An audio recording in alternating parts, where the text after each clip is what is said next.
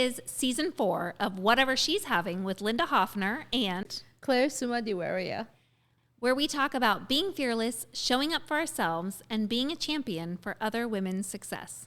This podcast is proudly presented by 425 Magazine, our new partner. We are thrilled about this new partnership and the magazine's belief in us as individuals, as a duo, and our message of empowering friendships. We also want to give a shout out to our season 4 sponsor, the Sammamish Chamber of Commerce, for partnering with us to bring you this episode. Strong women, stronger communities. There are just 2 days left until the Sammamish Chamber of Commerce Empower Her Women's Conference. On May 15th, Claire and I will be at the Plateau Club speaking about empowering friendships and hearing from inspiring women like Rachel Morgan and Badia Kurishi. Register now for any last-minute seats at sammamishchamber.org under the Events tab. In this special episode, we are sitting down with 425 Citizen of the Year, McKenzi Fish. The Citizen of the Year is a shining star who gives back to the community and makes it better. McKenzi was previously named 40 Under 40 by 425's sister publication, 425 Business, and she is the executive director and founder of Forever Fighters, a local nonprofit that provides personalized care packages and support to young cancer patients and survivors. She herself survived cancer at age 15 and founded the nonprofit shortly after that as a way to support other young people and to give back. Well, McKenzi, we're so excited to get to know you in this interview and learn more about incredible healthy journey and how that sparked this creation of your wonderful nonprofit organization. Can we start with you walking us through that journey? Yeah, that was yeah. amazing. 15. Wow. What kind of cancer? Yeah, so I had stage 2 Hodgkin's lymphoma. I was a sophomore in high school. I was dancing every day. Thought everything was fine. I felt overall fine. We found a couple lymph nodes that were swollen under my armpits. And two on my clavicle, and so those were the 2 that we ended up biopsying. The day after the biopsy, the doctor called my mom, and they were able to get it looked at right away. And he said, it is stage 2 Hodgkin's lymphoma. She is going to have chemotherapy, and we'll get you connected with the best doctors at Seattle Children's Hospital. So in less than 24 hours, my life flipped upside down after having that biopsy and figuring out what was wrong. I told myself I wasn't going to let cancer change my life or affect, I was just going to go through chemotherapy. I was going to go through the treatment and everything and then just go back to normal life is what I told myself. But it affected me more than I had thought. And now looking back at it, I know that it affected me in the way that, my life needed to go. So I had 4 months of chemotherapy. I was commuting back from Tri-Cities, Washington to Seattle Children's Hospital to get my treatment. I was 2 weeks on treatment, 2 weeks off treatment. I wanted so badly to just keep going with normal life. I would try to be at school the next day. I had a best friend that would call me and tell me what's going on with all the drama. When I was at treatment, when I couldn't be at school, I was trying to stay on top of things, and I was still dancing during that time competitively. I was dancing at a studio, and I was on the high school dance team. So I was determined to not sit still during it, and towards the end of it, it did kind of catch up to me, and I 4 months, everything had changed. I had gained 40 pounds from being on the steroid. They put kids on steroids because it helps, fight off some of the cancer. My hair had fallen out. I was wearing wigs. I mentally, emotionally, and physically had changed, and I couldn't dance the same. My joints were achy. Everything had changed, including myself. So my very last treatment, and doctor's appointment, they gave me the all clear, did one more round of scans, and they were like, yeah, your NED, which is no evidence of disease. It was a great feeling, but then I had this feeling of, I'm just supposed to go back into normal life. I'm supposed to go back to high school like nothing happened. People are still worried about what dress they're wearing to the dance, or does he like me? And I was like, is this side effect from the chemo and the medicine I just had, is that going to affect me 10 years down the road? When is my hair going to grow back? I just felt like I didn't fit into this school of 1,300 people. So I did my best going back, but there was one thing that I knew, and I had met so many kids when I was at that hospital. I had shared a hospital room with a 4-year-old that I was irritated because I had to stay overnight. So I ended up being irritated. It was my first treatment, and I was like, oh my gosh, why is he up screaming and hollering? Why is he throwing up? I don't understand what's going on. I was like, does he not understand what I'm going through? Come to find out, you know, this 4-year-old, his treatments, my longest treatment was 7 hours being hooked up to an IV of chemo. His was 5.5 days long of being hooked up to an IV as a 4-year-old. And he had been going through this treatment for 5.5 months, and he had 4 more months to go. So I was done in less than half of the time of what his was taking. So I said, I can't go back to normal life leaving these kids in the hospital, still fighting for theirs. I just felt like I needed to do something, and I felt that having cancer at that age shaped what I needed to do in life, and it gave me a purpose. So immediately, like 16 years old, I'd gone through my sweet 16 having cancer. Immediately 16 years old, I was like, I'm going to start this nonprofit, and I want to help these kids, and we're going to find ways to help them. So it's changed. It's grown. It's now called Forever Fighters. We had a name change back in the day because as I kept surviving, I realized that I was struggling. Like, that was the hardest part, was surviving. I wanted to find people that I fit in with, and it was hard. I had anxiety, panic attacks. Everything had changed, like I had mentioned. So it, some PTSD that came with it. But the idea behind Forever Fighters is that you are forever fighting. After you're done with treatment, you're fighting into survivorship. You're trying to find your new normal, figure out who you are. You're still having scans.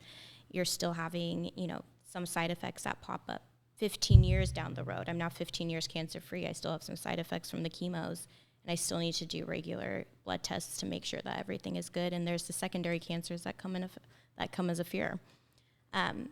So it's grown, it's changed. Our biggest thing is that we do personalized care packages, and now we're expanding on experiences. So giving kids and their families a day, an outing to just be a kid, to be with their family. It's kind of a VIP experience depending on where we go.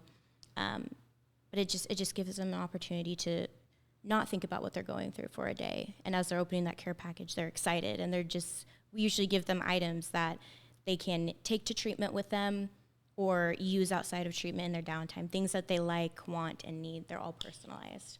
So that was a long-winded answer to how it started. And no, but it's an amazing journey. And I want to dive into a little bit what you said about surviving was hard. Mm-hmm. Talk to us about that process. I'm sure there's a mental, emotional, physical part that's hard. Yes. I mean, all of it.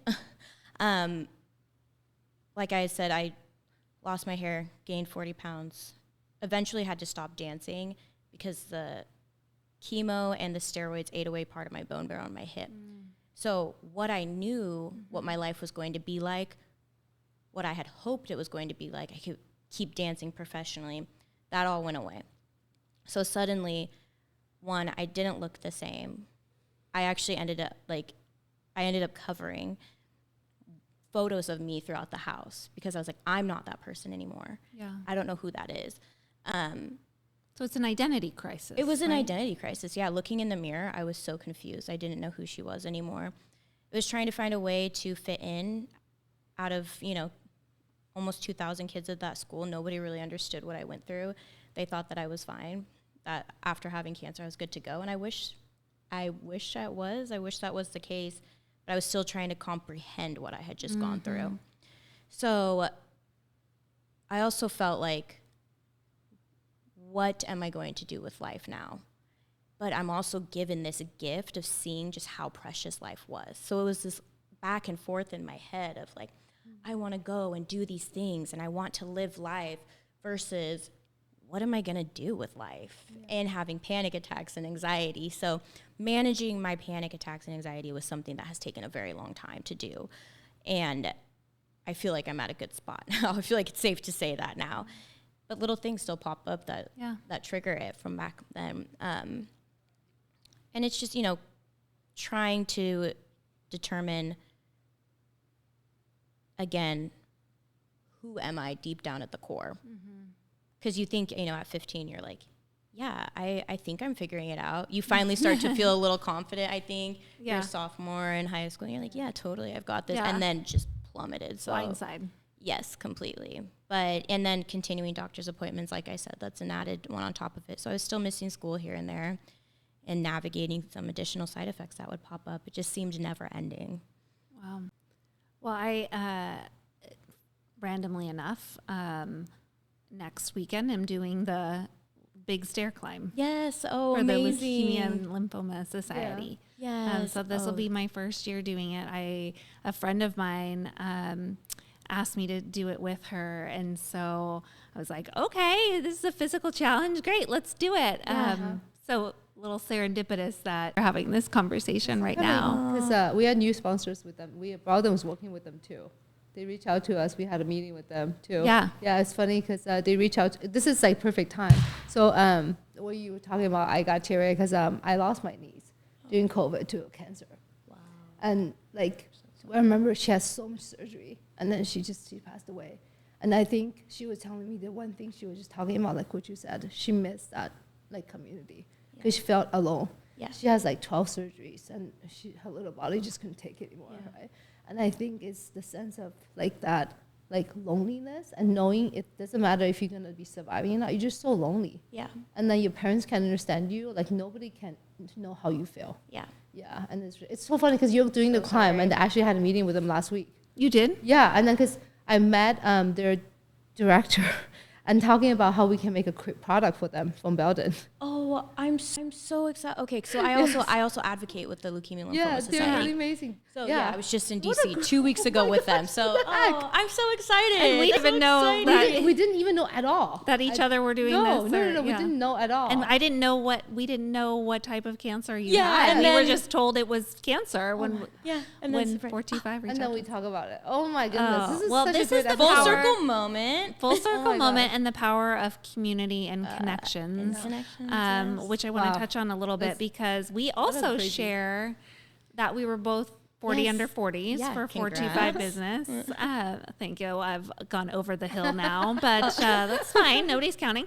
But I know what that did for me in my personal and professional life.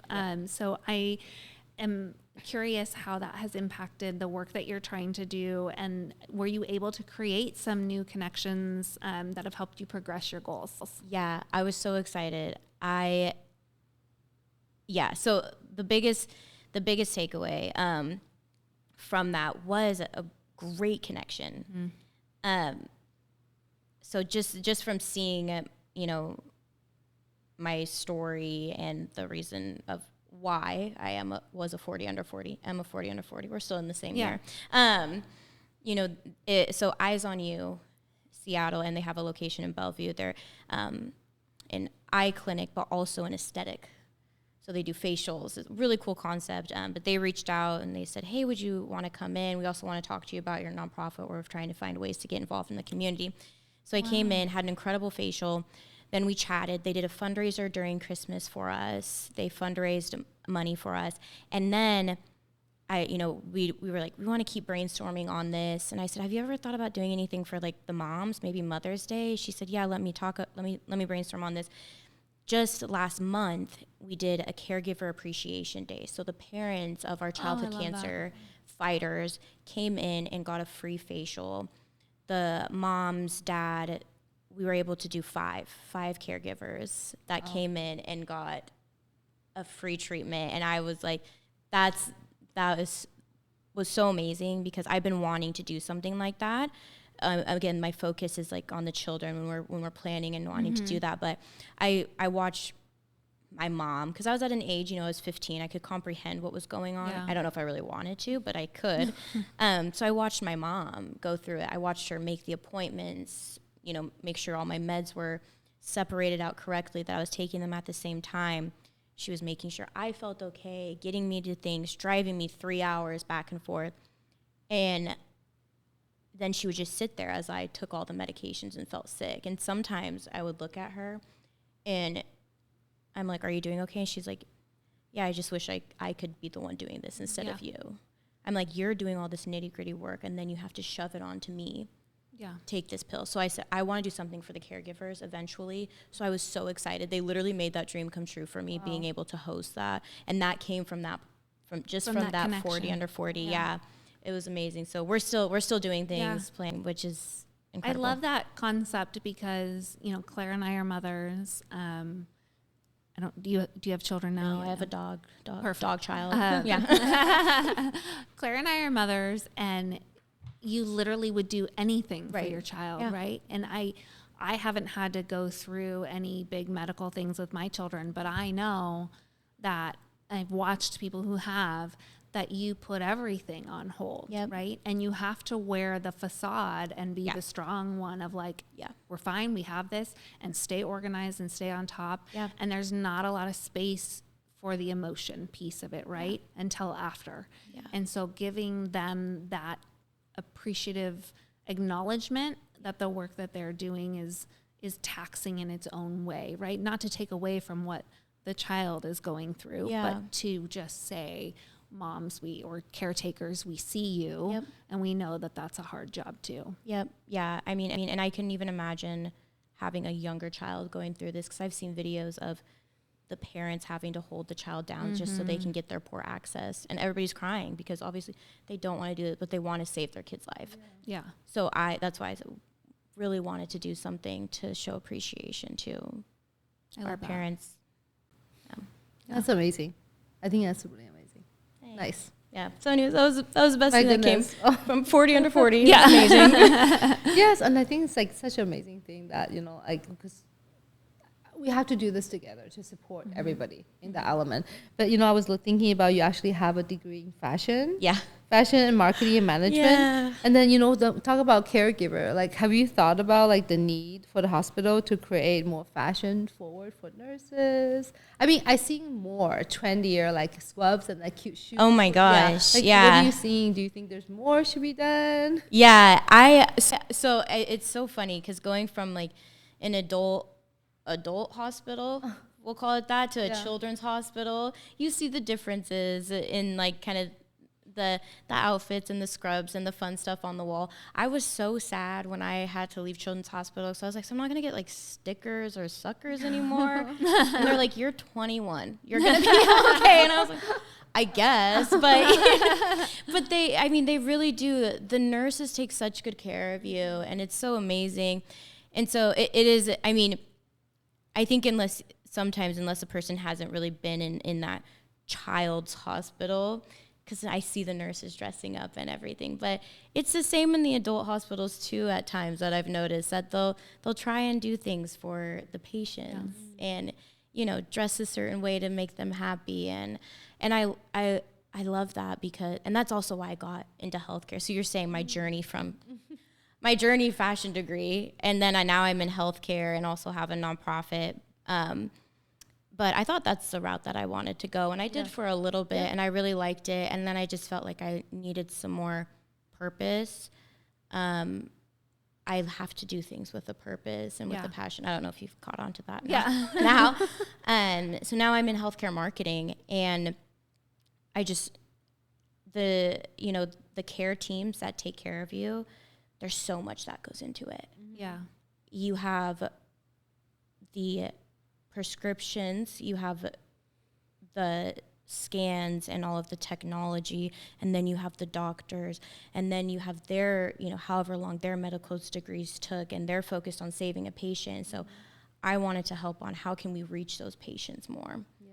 So there's so much going into that, and I see that nurses care when they're wearing their scrubs. That bit is just like when they're wearing those fun scrubs just to cheer kids up. It's like that goes a long way, because you are saving our lives. So I think there's a lot that goes into hospitals already, and our medical care, and I understand that. I greatly appreciate that. So that was where I said, where can I come in to provide a little bit more joy? Yeah. And help those kids going through that.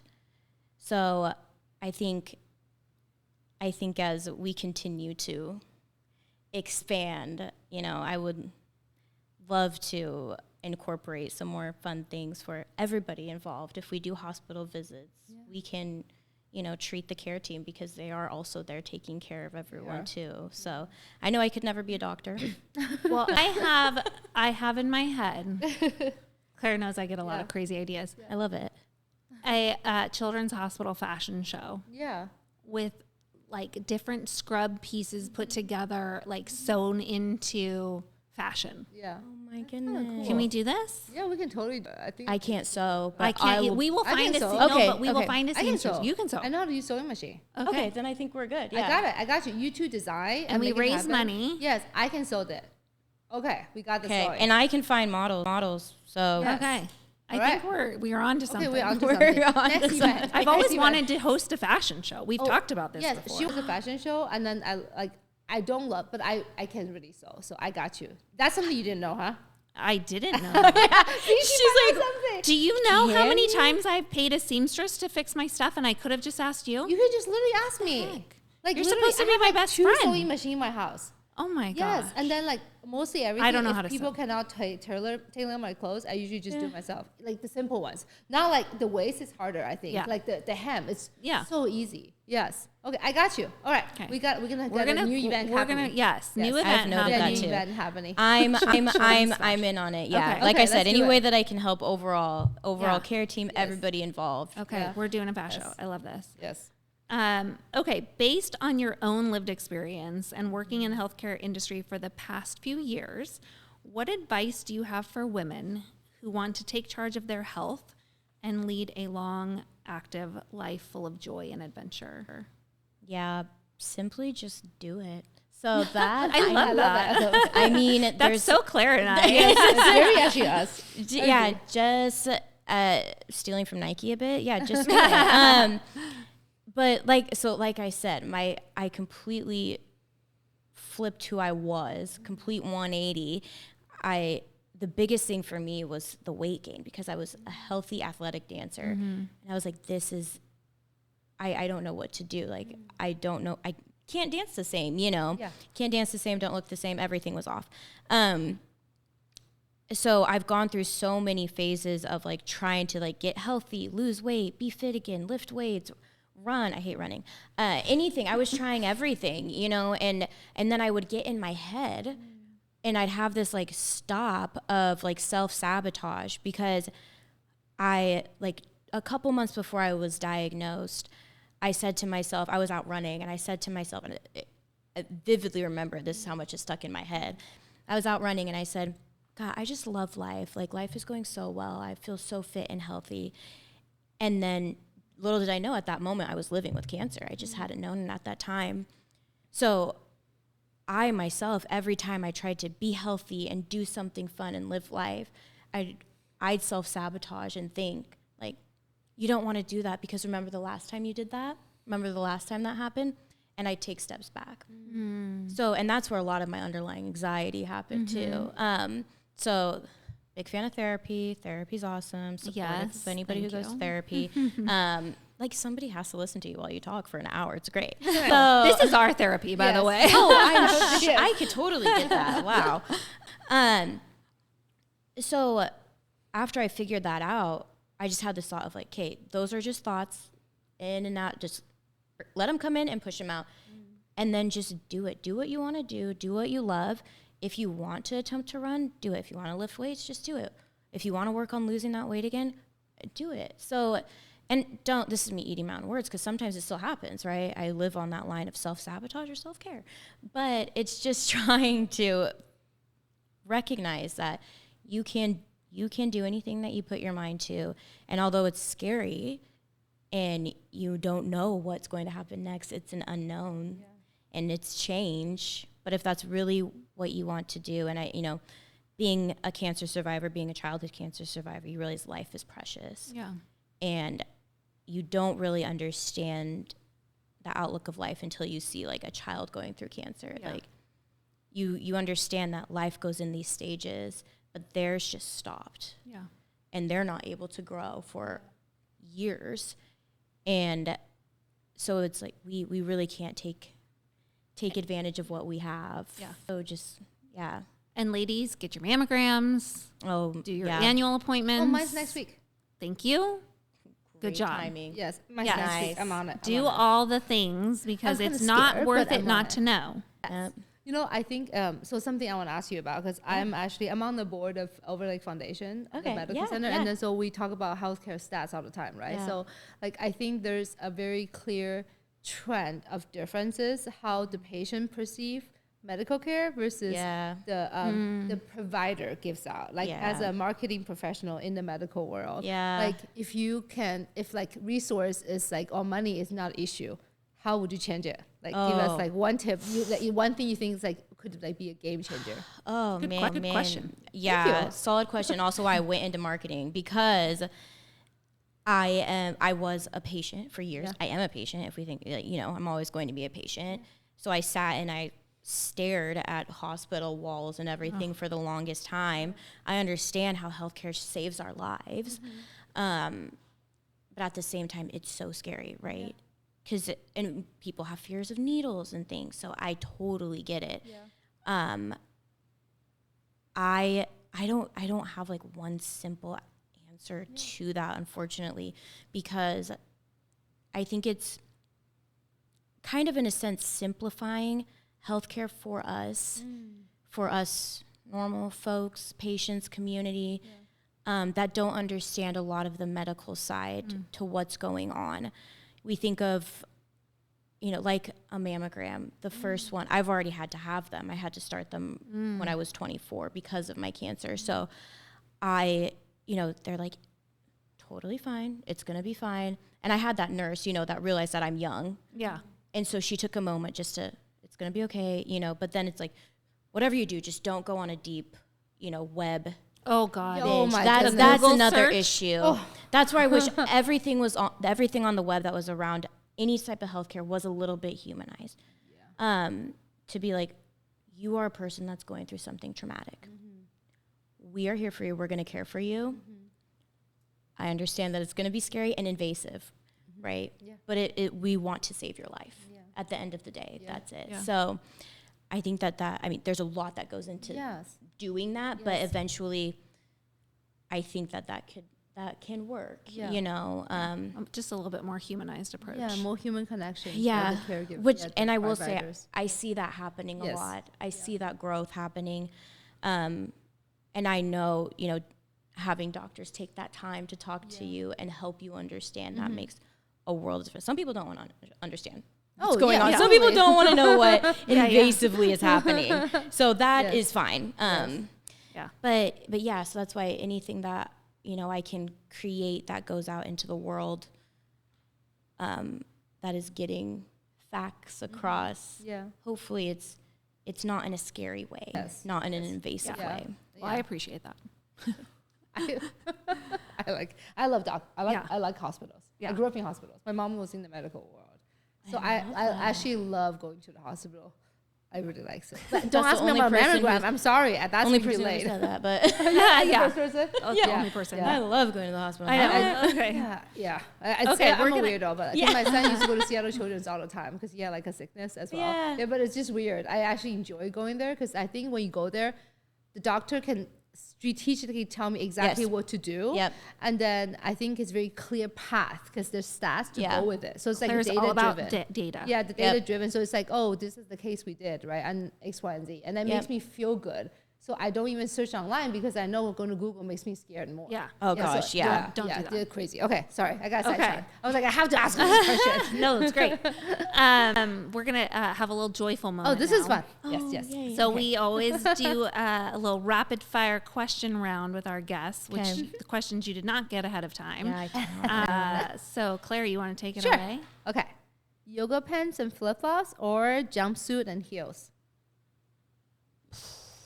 Okay, the majority of the time I'm in yoga pants. Okay. The majority of the time I'm in yoga pants. But I love a good reason to get dressed up in a jumpsuit, So true. in heels. I love that. Any opportunity I can. But yeah, I'm definitely a yoga pants, sweatshirt, baggy sweatshirt. Yes, that's my type. I'm unrecognizable at home. I love that. Okay, pageants or football, which would you rather watch? Oh, well, I think we kind of talked about this earlier. Like, somehow I am just into the pageant world without being in pageant world. So I've never competed in pageant, but I've been to so many. I'm convinced I can judge pretty well now. You could also compete. Maybe you should. I could. Well, I've aged out. But No. She's Mrs. Washington. Our Miss category has no age limit. Oh, so there's Miss category There's too. Miss Washington. Oh, I love that. did not know that. Okay, Girl, what's you the and I are age going to have a little category? sidebar Oh, show. you guys should talk. Oh, Yes. we're going to Yes. talk. Did I'm I just getting you. open something? Oh, I just yes. You opened did. something. Uh-huh. Once I hear you're in, I'm going to reel you in. No, but I thoroughly know more about pageants than football. I watch football with my boyfriend. He's so annoyed with me. And I'm like, oh, yeah, that was a pick 8. And he's like, that's not what it's called. Whatever. Everybody's jumping. It's something good. I don't know. Okay. Flying a plane or driving a race car. Okay, so fun fact, I can technically fly a plane. So my grandpa was a pilot and he was an FAA flight examiner. Okay. So I grew up around planes. I grew up in planes, flying in the small planes, 2-seaters, to some jets that we would take here and there. He was one of the most experienced pilots in the nation. I can say that because he received a national award, so I can say that. Yay. Can say that. So yes, it was on my list to get my pilot's license. There's just so much. I remember asking him one day, and I said, "Okay, I'm ready to get my pilot's license," and he threw like 2 dictionaries. Yeah. Not even dictionaries. Just, I mean, I can't. Yeah, and he was like, "You got to read those."